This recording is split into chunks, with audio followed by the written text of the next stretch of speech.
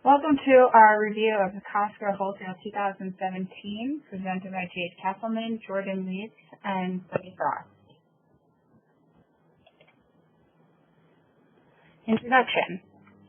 When Costco opened in 1983, founders Jim Senegal and Jasmine Brotman wanted to provide members with a quality good and services at low price. To achieve this mission, Costco developed a corporate philosophy that was solely focused on people. It stated 5 simple rules: obey the law, take care of our members, take care of our employees, and respect the suppliers. These 5 rules will contribute significantly to their business model, which was to generate high sales volumes and rapid inventory turnover by offering free-paying members attractively low prices on a limited selection of nationally branded and selected private label products in a wide range of merchandise categories. Costco achieved high sales volumes with their pricing strategy to cap markups of brand name merchandise at 14%, opposed to competitors that were capping at 20 to 25%. Even on Costco's private label, Kirkland, markups typically did not exceed 15%. When it comes to merchandise, supermarkets stocked about 40,000 items, and the Walmart supercenter might have 140,000 items stocked for shoppers. Costco's merchandising strategy was to provide members with a selection of approximately 3,700 active items that could be priced at bargain levels, providing cost savings for members. The product mix would consist of about 80% brand name products and 20% private labels, known as Kirkland Signature Brand, which were a growing percentage of merchandise sales. Membership fees allow Costco to pursue their pricing strategy. They come in 2 forms: business and executive. The average annual income of a member is $125,000 and has an average household of 4 people.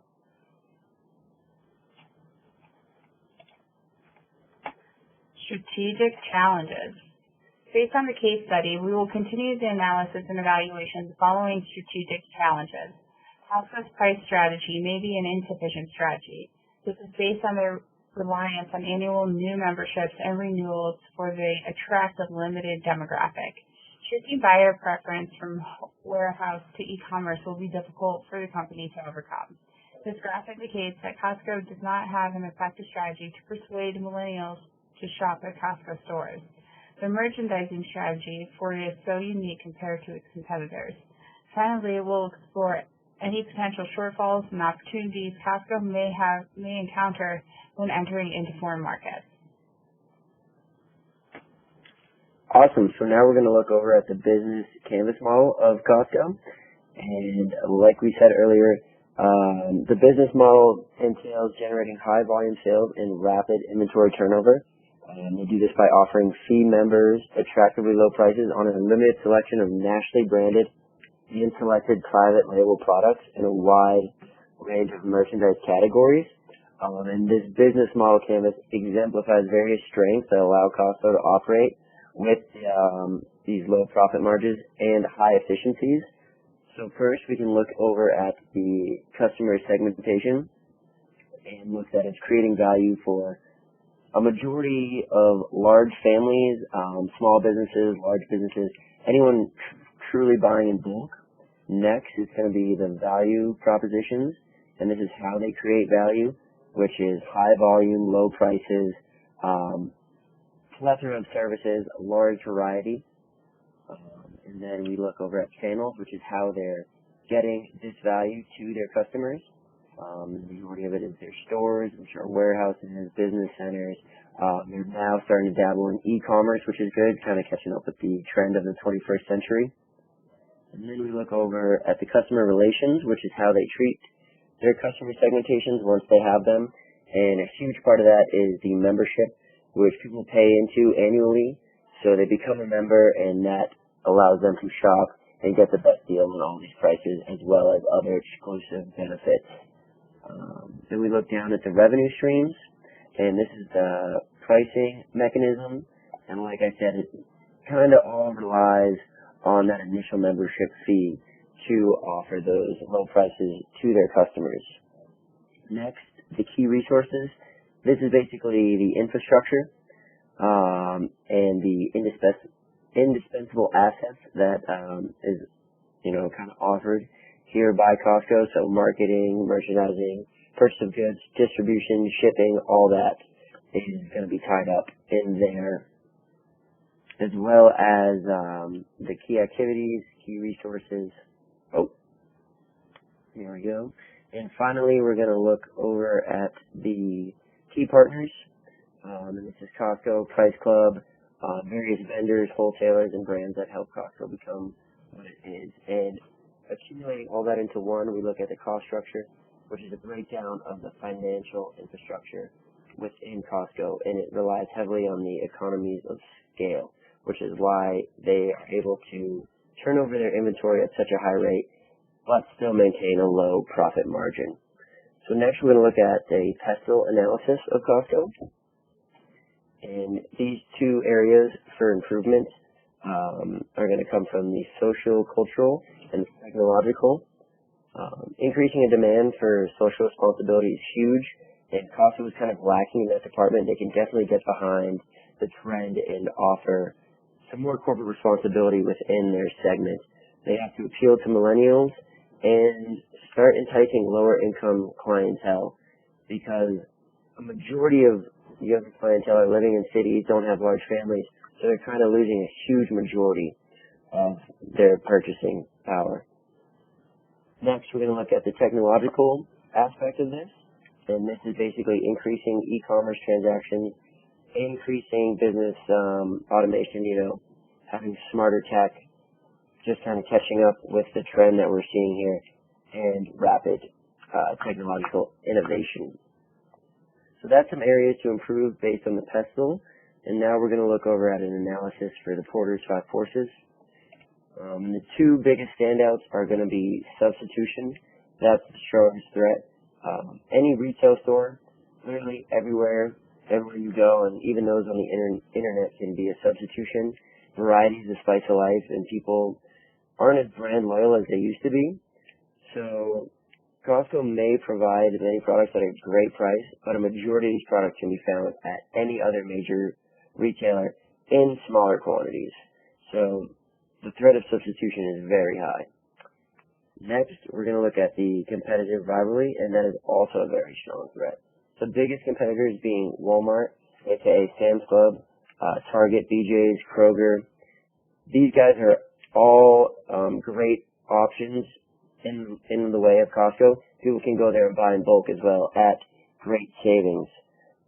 So those are going to be the biggest competitors for Costco. Finally, we're going to check out the analysis of the SWOT. So just as kind of a quick overview, but the strength that Costco offers is low price and strong brand name. Weakness is going to be they're missing a huge demographic, and they continuously operate at low profit margins. Some opportunities that they can improve on, and definitely e-commerce and expanding into new emerging foreign markets. Finally, some threats. That's going to be the fierce competition that was just mentioned.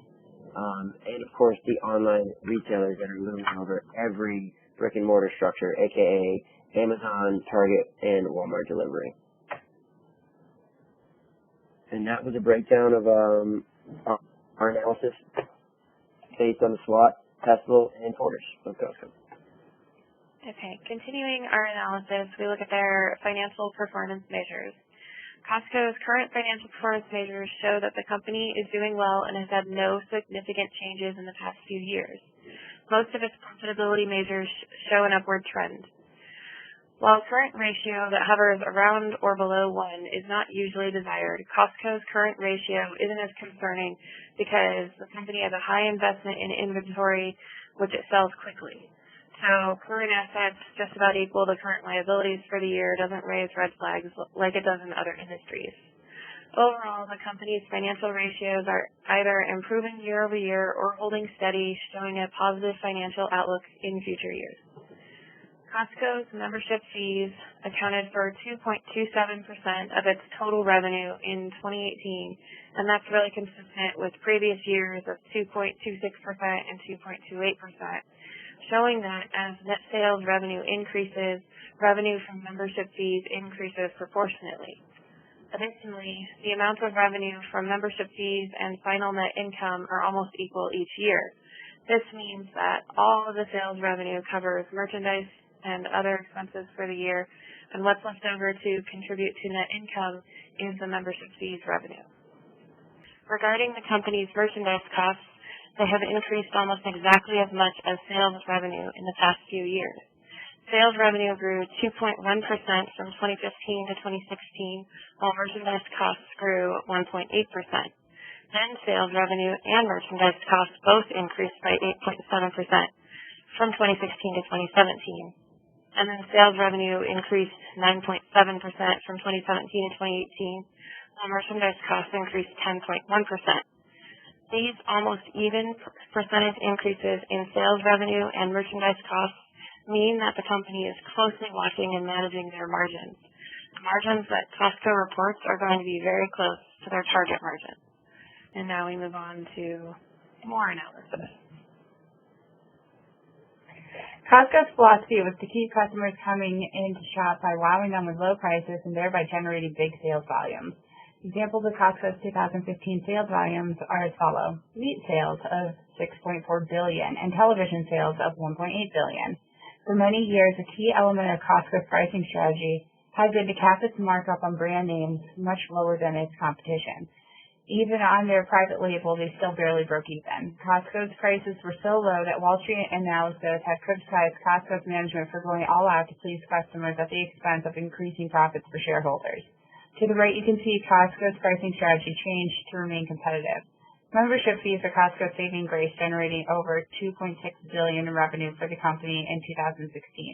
Due to the company's low markups, Costco's pricing were just a skim above break-even levels. Without the revenues from membership fees, Costco's net income after tax would be minimal or non-existent because of its low pricing strategy. People are shopping in stores less and less, and due to the rise of e-commerce shopping, Costco's significant focus is on the treasure hunt. Members engage in while shopping in stores. The majority of Costco members are 65 plus. 24 to 35-year-old customers are turning to e-commerce retailers such as Amazon Prime and Box to avoid a high-touch to low-tech experience. Costco has a very limited merchandise selection. Compared to the typical supermarkets, Costco supplies a fraction of brands available. Costco's merchandising strategy is to provide members with a selection of approximately 3,700 active items that could be priced at a bargain level. With limited selection, customers could turn to e-commerce or other warehouse retailers to find brands that they're familiar with. Entry into foreign markets require attention to the culture and market conditions. When Costco opened its stores in Iceland in 2017, the people of Iceland were wary of the retail elite within the country, providing Costco with a warm greeting. But with the lack of recognizing some cross-country differences, created friction with local industries. Most of the produce in Costco Iceland had been shipped from overseas. This made produce price extremely competitive and difficult for local farmers to compete with. Iceland Air saw a 40% increase in cargo flights based on Costco's purchases.